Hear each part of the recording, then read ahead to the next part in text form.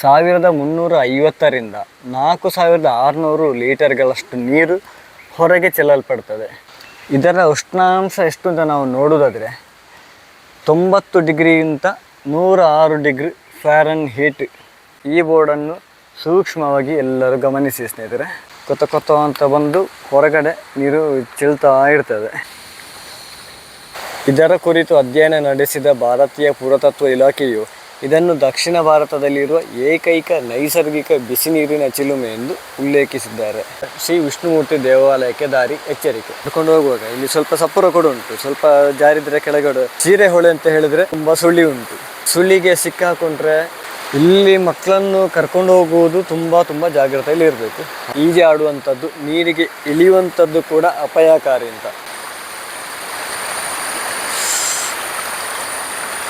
ಇಲ್ಲಿಯ ವಿಷಯಗಳನ್ನು ತಿಳಿಯುವ ಮೊದಲು ನೀರು ಬಿಸಿ ಉಂಟಾ ಅಂತ ಒಮ್ಮೆ ನೋಡುವ ಸ್ನೇಹಿತರೆ. ಬಿಸಿ ಉಂಟು ಸ್ನೇಹಿತರೆ. ಮತ್ತೆ ನಮಸ್ಕಾರ, ನೀವು ನೋಡ್ತಾ ಇದ್ದೀರಾ ಮಾಣಿಕ್ಯ ಮಿತ್ರ ವ್ಲಾಗ್ಸ್. ಇವತ್ತಿನ ಇನ್ನೊಂದು ಹೊಸ ವಿಡಿಯೋಗೆ ನಿಮಗೆಲ್ಲರಿಗೂ ಆತ್ಮೀಯವಾದಂಥ ಸ್ವಾಗತ ಸ್ನೇಹಿತರೆ. ಇವತ್ತು ನಾವು ದಕ್ಷಿಣ ಭಾರತದ ಏಕೈಕ ಬಿಸಿ ನೀರಿನ ತಾಣದಲ್ಲಿ ಇವತ್ತು ನಾನಿದ್ದೇನೆ ಸ್ನೇಹಿತರೆ. ಇದು ಇರುವಂಥದ್ದು ನಮ್ಮ ಕರ್ನಾಟಕ ರಾಜ್ಯದ ದಕ್ಷಿಣ ಕನ್ನಡ ಜಿಲ್ಲೆಯ ಪುತ್ತೂರು ತಾಲೂಕಿನ ಇಡ್ದೆ ಗ್ರಾಮದಲ್ಲಿ. ಎಲ್ಲರೂ ಕೇಳಿರ್ತೀರ ಬೆಂದಿರ್ತೀರ್ಥ ಅಂತ. ಬೆಂದಿರ್ತೀರ್ಥ ಬಿಸಿ ನೀರಿನ ತಾಣ. ಸೊ ಅಲ್ಲಿಗೆ ಇವತ್ತು ನಾನು ಬಂದಿದ್ದೇನೆ ಸ್ನೇಹಿತರೆ. ಈ ಬೆಂದಿರ್ತೀರ್ಥ ಯಾಕೆ ಫೇಮಸ್, ಇಲ್ಲಿಯ ವಿಶೇಷತೆ ಏನು ಅಂತ ಇವತ್ತಿನ ವಿಡಿಯೋದಲ್ಲಿ ನಾವು ನೋಡಿಕೊಂಡು ಬರುವ ಸ್ನೇಹಿತರೆ. ಇಲ್ಲಿ ಸುತ್ತಲೂ ಅಂದರೆ ಈಗ ಬೆಳಿಗ್ಗೆ ಕೂಡ ಮಳೆ ಬರ್ತಾ ಇತ್ತು, ತಂಪಾದ ವಾತಾವರಣ. ಇಲ್ಲೇ ಹತ್ತಿರದಲ್ಲಿ ಹೊಳೆ ಕೂಡ ಹರಿತಾ ಉಂಟು.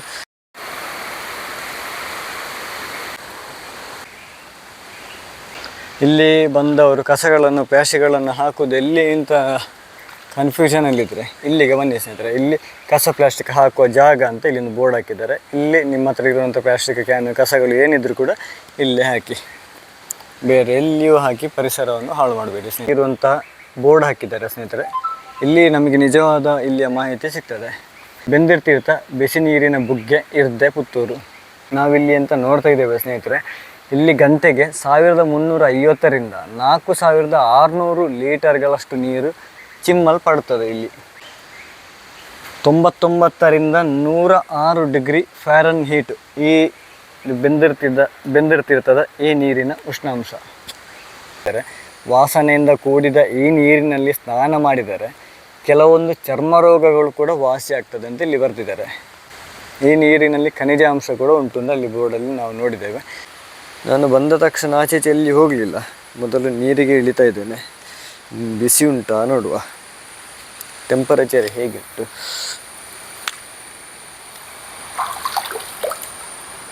ಬಿಸಿ ಉಂಟು ಸ್ನೇಹಿತರೆ. ದೊಡ್ಡ ಬಿಸಿ ಅಂತಲ್ಲ, ಉಗುರು ಬಿಸಿ ಅಂತ ಹೇಳ್ತೇವೆ ನಾವು. ಕುದಿಸಿ ಆರಿಸಿದ ನೀರನ್ನು ಕುಡಿಬೇಕು ಅಂತ ಹೇಳ್ತೇವೆ. ಸೊ ಅಷ್ಟು ಬಿಸಿ ಉಂಟು, ಲೈಟಾಗಿ.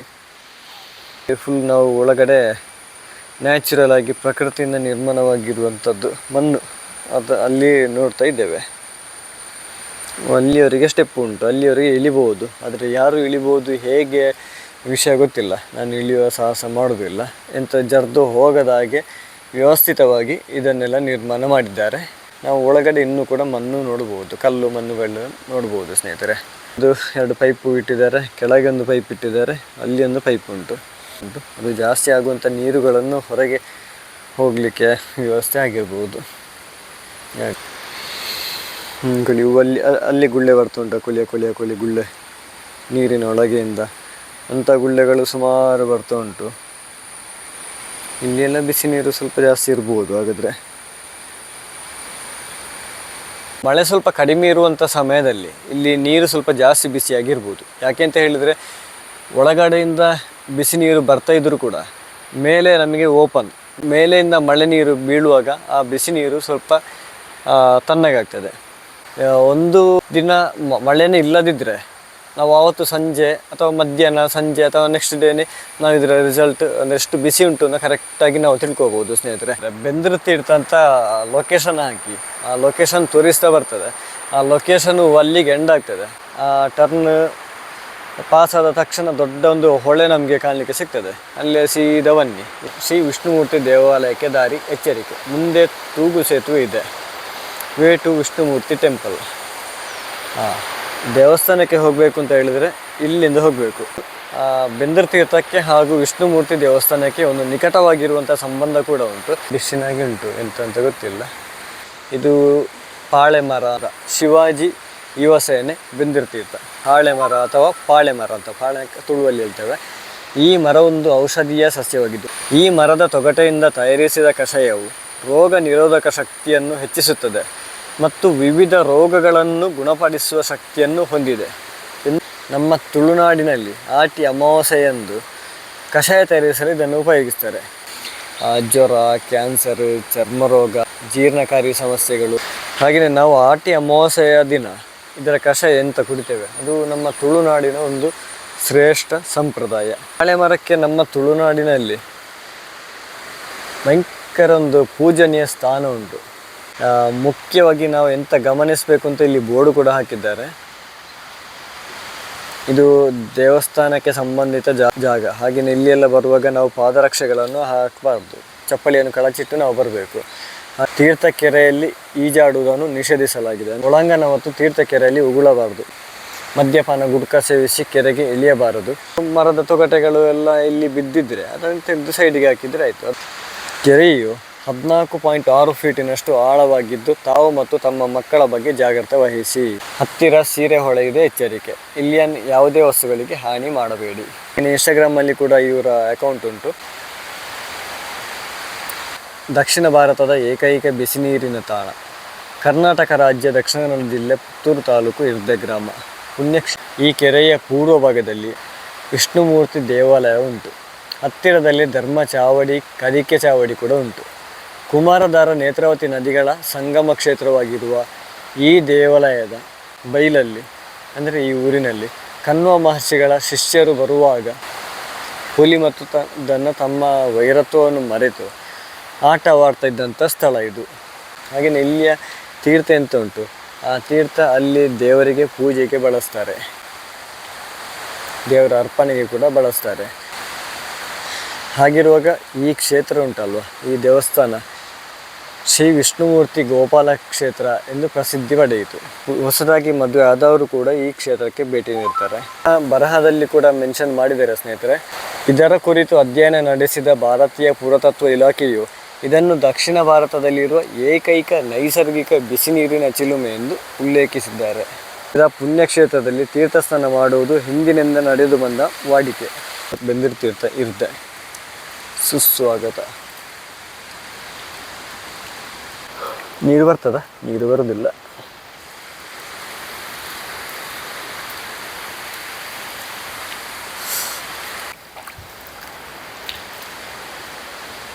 ಅಲ್ಲಿ ಬೋರ್ಡ್ ಕೂಡ ಹಾಕಿದ್ದಾರೆ, ತೀರ್ಥ ಕೆರೆಗೆ ಇಳಿಯುವಾಗ ಜಾಗ್ರತೆ ವಹಿಸಿ. ಲೈಟ್ ಬಿಸಿ ಕೂಡ ಉಂಟು.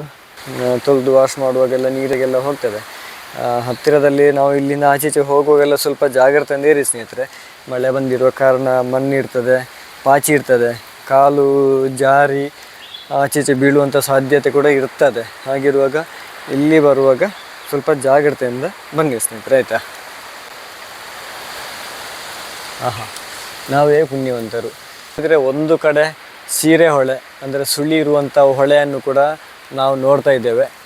ಅಶ್ವತ್ಥ ಮರದ ಕೆಳಗಡೆ ಇಲ್ಲಿ ನಮ್ಮ ದಕ್ಷಿಣ ಭಾರತದಲ್ಲಿ ಎಲ್ಲಿ ಕೂಡ ಇಲ್ಲದೇ ಇರುವಂತಹ ಪವಿತ್ರವಾಗಿರುವಂತಹ ಬೆಂದರ್ ತೀರ್ಥದಲ್ಲಿ ನಾವಿದ್ದೇವೆ.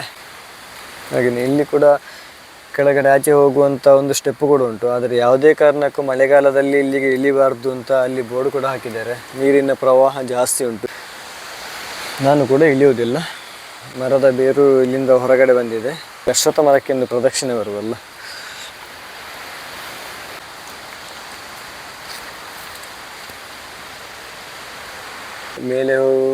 ಮೇಲೆ ಹೋಗಿ ನಿಂತುಕೊಳ್ಳುವಂಥ ವ್ಯವಸ್ಥೆ ಉಂಟು ಅಂತ ಕಾಣ್ತದೆ ಟ್ಯಾರಿಸ್ನಾಗಿ, ಗೊತ್ತಿಲ್ಲ. ಅಲ್ಲಿ ಕೂಡ ಒಳಗೆ ದಾರಿ ಉಂಟು. ಹಾಗೆಯೇ ಇದೆಲ್ಲ ಹಳೆಯ ಕಟ್ಟಡಗಳು. ಇಲ್ಲಿ ನಾವು ದೇವಸ್ಥಾನಕ್ಕೆ ಹೋಗುವಾಗ ಇಲ್ಲಿ ವಾರ್ನಿಂಗ್ ಬೋರ್ಡ್ ಕೂಡ ಹಾಕಿದ್ದಾರೆ. ಜಾಗ್ರತೆಯಿಂದ ಇಲ್ಲಿ ನಾವು ಮುಂದುವರಿಬೇಕು ಸ್ನೇಹಿತರೆ. ಊರಿನವರೆಲ್ಲ ಬರ್ತಾ ಹೋಗ್ತಾ ಇರ್ತಾರೆ. ನಾವು ಹೊಸದಾಗಿ ಬರುವವರು ಎಲ್ಲರೂ ಕೂಡ ಜಾಗ್ರತೆಯಿಂದ ಇರಬೇಕು. ಇಲ್ಲಿ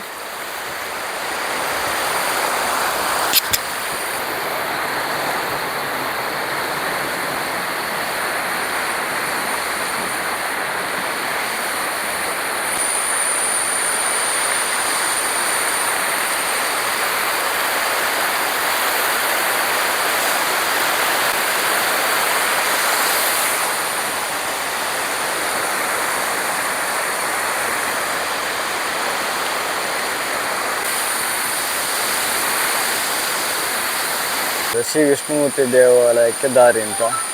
ಹಾಗೆ ಈ ತೋಟಗಳ ಮಧ್ಯೆ ನಾವು ಹೋಗುವ ಸ್ನೇಹಿತರೆ. ತೋಟದ ಒಳಗೆ ಮಾಮೂಲಾಗಿರುವ ನೆಲದಾಗಿಲ್ಲ, ಸ್ವಲ್ಪ ನೀರು ತೆರೆಗಳು ಬಂದಿರುವ ಹಾಗೆ ಉಂಟು, ಸ್ವಲ್ಪ ಜಾರ್ತಾ ಉಂಟು. ಇಲ್ಲಿ ಕಾಣುವುದೆಲ್ಲ ಎಷ್ಟು ದೂರ ಉಂಟು ಅಂತ ಗೊತ್ತಿಲ್ಲ. ಎಷ್ಟು ದೂರ ಉಂಟು ದೇವಸ್ಥಾನಕ್ಕೆ, ಈ ಕಡೆನಾ ಆ ಕಡೆನಾ? ಬೋರ್ಡು ನೋಡಿದೆ ಈಚೆ ಬರಬೇಕು ಅಂತ, ಒಂದು ಕರೆಕ್ಟ್ ಈಚೆನ ಅಂತ ನೋಡುವ. ತೂಗು ಸೇತುವೆ ಉಂಟು ಇಲ್ಲಿ, ದೊಡ್ಡೊಂದು ಅಡಕ ಸ್ಥಳ ಅಂತ ಉಂಟು. ಓಹೋ, ವಿಶಾಲವಾಗಿರುವಂಥ ಒಂದು ಜಾಗ ಕಾಣ್ತಾ ಉಂಟು ಸ್ನೇಹಿತರೆ. ಹಾಗೆಯೇ ನಾವು ಇಲ್ಲಿ ಒಂದು ತೂಗು ಸೇತುವೆ ನೋಡ್ತಾ ಇದ್ದೇವೆ. ಗಟ್ಟಿಯಾಗಿರುವಂಥ ರೋಪನ್ನು ಕೂಡ ಇಲ್ಲಿ ಹಾಕಿ ಟೈಟ್ ಕಟ್ಟಿದ್ದಾರೆ.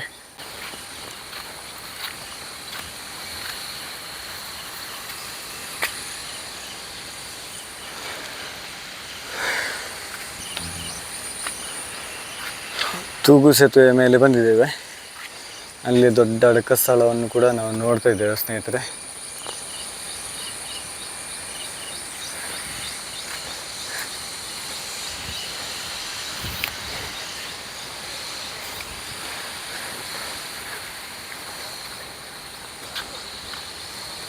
ತೂಗು ಸೇತುವೆ ಗಟ್ಟಿ ಉಂಟಲ್ಲ, ಫುಲ್ಲು ಕಬ್ಬಿಣದ ರೋಪೆಲ್ಲ ಹಾಕಿದ್ದಾರೆ. ನಾನು ದೇವಸ್ಥಾನ ಹತ್ತಿರ ಇರ್ಬೋದು ಅಂತೇಳಿ ಛತ್ರಿ ಎಲ್ಲ ಅಲ್ಲೇ ಬಿಟ್ಟು ಬಂದದ್ದು ಸ್ನೇಹಿತರೆ. ಈಗ ನೋಡುವಾಗ ತುಂಬ ದೂರ ಉಂಟು. ದೇವಸ್ಥಾನ ಮುಳ್ಪನೇನಾ? ಅಲ್ಲ.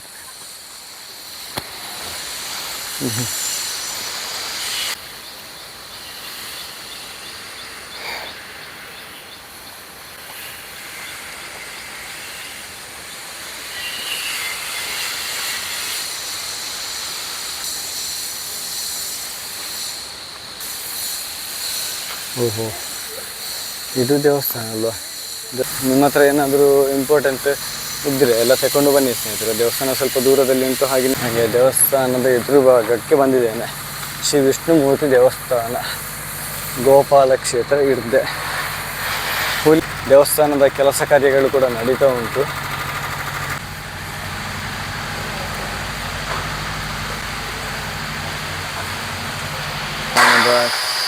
ಕೆಲಸ ಕಾರ್ಯಗಳು ನಡೀತಾ ಉಂಟು. ಜನವರಿ 2027 ಜನವರಿ 10ನೇ ತಾರೀಕಿಗೆ ಬ್ರಹ್ಮಕಲಶ.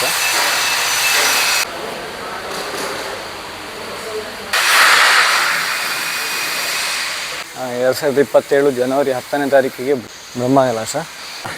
ದೇವರನ್ನು ಬಾಲಯಲದಲ್ಲಿ ಇಟ್ಟು ಪೂಜೆ ಮಾಡ್ತಾ ಇದ್ದಾರೆ. ಇನ್ನೂ ಕೂಡ ಸುಮಾರು ಕೆಲಸ ನಡೀಲಿಕ್ಕೆ ಉಂಟು.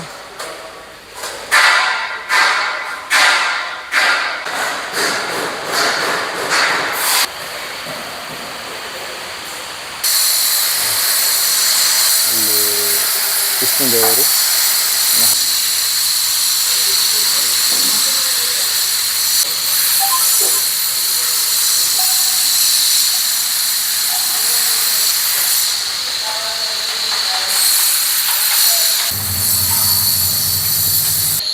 ತೋಟಗಳ ಪ್ರಕೃತಿಯ ನಡುವಲ್ಲಿರುವಂಥ ಈ ಗೋಪಾಲಕೃಷ್ಣ ದೇವಸ್ಥಾನ ನೋಡುವುದೆಂದು ಚಂದ ಅಲ್ವಾ ಸ್ನೇಹಿತರೆ. ಇಲ್ಲಿ ಬೋರ್ಡ್ ಹಾಕಿದ್ದಾರೆ, ಈ ಸೇತುವೆ ಯಾವಾಗ ನಿರ್ಮಿಸಿದ್ದು ಅಂತ. ಆ ಯೋಜನೆ 2022-23ನೇ ಸಾಲಿನ ಕರಾವಳಿ ಅಭಿವೃದ್ಧಿ ಪ್ರಾಧಿಕಾರ. ಇಲ್ಲಿಯವರ ಹತ್ರ ಮಾತಾಡ್ತಾ ಇರುವಂಥ ಸಂದರ್ಭದಲ್ಲಿ ಒಂದು ಮಾಹಿತಿ ಸಿಕ್ಕಿತು ಸ್ನೇಹಿತರೆ. ಈ ವರ್ಷ ಎಂಥ ಸಮಸ್ಯೆ ಆಗಲಿಲ್ಲ, ಆದರೆ ಕಳೆದ ವರ್ಷ ಇಲ್ಲಿಯ ನೀರು ಫುಲ್ಲಾಗಿ ದೇವಸ್ಥಾನದ ಒಳಗಡೆ ಗರ್ಭಗುಡಿಯ ತನಕ ಬರ್ತದೆ. ಅದು ಹೇಗೆ ಅಂತ ಹೇಳಿದರೆ, ಈಗ ನಾವು ಇಲ್ಲಿಂದು ಹೊಳೆ ನೋಡ್ತಾ ಇದ್ದೇವೆ, ಅದು ಆಚೆಯಿಂದ ಈಚೆಗೆ ಬರ್ತಾ ಉಂಟು. ಆದರೆ ನಾವು ಇಲ್ಲಿಂದ ಗಮನಿಸಬೇಕು, ಆಚೆಯಿಂದ ಇನ್ನೊಂದು ಹೊಳೆ ಈಚೆ ಬರ್ತಾ ಉಂಟು. ಆಚೆಯಿಂದ ಬರುವಂಥ ಹೊಳೆ ಸರ್ತೆ ಈಚೆ ಹರಿಯುವಾಗ ಇಲ್ಲಿಯ ನೀರು ಆಚೆ ಹೋಗುವುದಿಲ್ಲ, ಅಲ್ಲಿ ಕಟ್ಟಾಗ್ತದೆ. ಹೀಗೆ ಹೋಗುವಂಥದ್ದು ಕಟ್ಟಾಗ್ತದೆ. ಸ್ಲೋ ಆಗುವಾಗ ಇಲ್ಲಿಯ ನೀರೆಲ್ಲ ತೋಟಕ್ಕೆ, ದೇವಸ್ಥಾನದ ಒಳಗಡೆ ಎಲ್ಲ ನೀರು ಹೋಗ್ತದೆ. ಇಲ್ಲಿ ದನಗಳನ್ನು ಕಟ್ಟಿದರೆ ಒಳ್ಳೆ ಮೇವು ಮಾಡ್ಬೋದು ಅಂತ. ಇಂಥ ಒಂದು ಅಡಕ ಸ್ಥಳ ಸಿಗಬೇಕಲ್ವಾ ನಿಮಗೆ?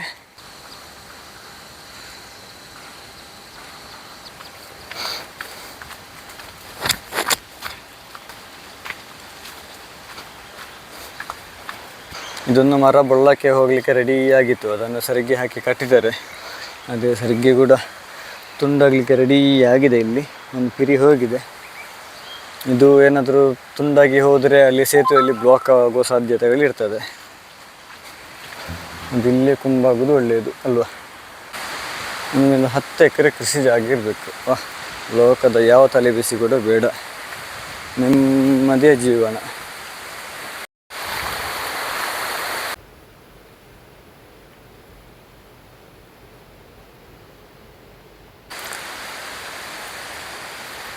ನಾವು ಇವತ್ತಿನ ವಿಡಿಯೋದಲ್ಲಿ ದಕ್ಷಿಣ ಭಾರತದ ಏಕೈಕ ಬಿಸಿ ನೀರಿನ ತಾಣ ಆಗಿರುವಂತಹ ಬೆಂದಿರ್ ತೀರ್ಥ ಇಲ್ಲಿಯ ಒಂದು ವಿಶೇಷತೆಗಳನ್ನು ತಿಳಿಯುವ ಒಂದು ಪ್ರಯತ್ನವನ್ನು ಈ ವಿಡಿಯೋದಲ್ಲಿ ನಾವು ಮಾಡಿದ್ದೇವೆ ಸ್ನೇಹಿತರೆ. ಸಬ್ಸ್ಕ್ರೈಬ್ ಮಾಡಿ, ಶೇರ್ ಮಾಡಿ, ಲೈಕ್ ಮಾಡಿ, ಹಾಗೆ ನಿಮ್ಮ ಅನಿಸಿಕೆಗಳನ್ನು ಕೂಡ ಕಮೆಂಟ್ ಮೂಲಕ ತಿಳಿಸಿ.